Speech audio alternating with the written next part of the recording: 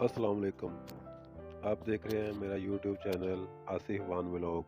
अगर आप मेरे चैनल पर न्यू हैं तो प्लीज़ मेरे चैनल को सब्सक्राइब कीजिए। औरत का जिस्म। अक्सर मर्दों के नज़दीक मोहब्बत एक ड्रामा है जिसकी आखिरी किस्त औरत का जिस्म होता है। जब आखिरी किस्त देख ली जाती है तो फिर वो ड्रामा ख़त्म और फिर मज़े लेने के लिए कोई और नया सीरियल शुरू कर लिया जाता है।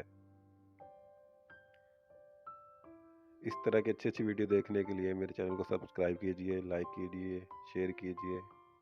मिलते हैं न्यू वीडियो के साथ। खुदा हाफ़िज़।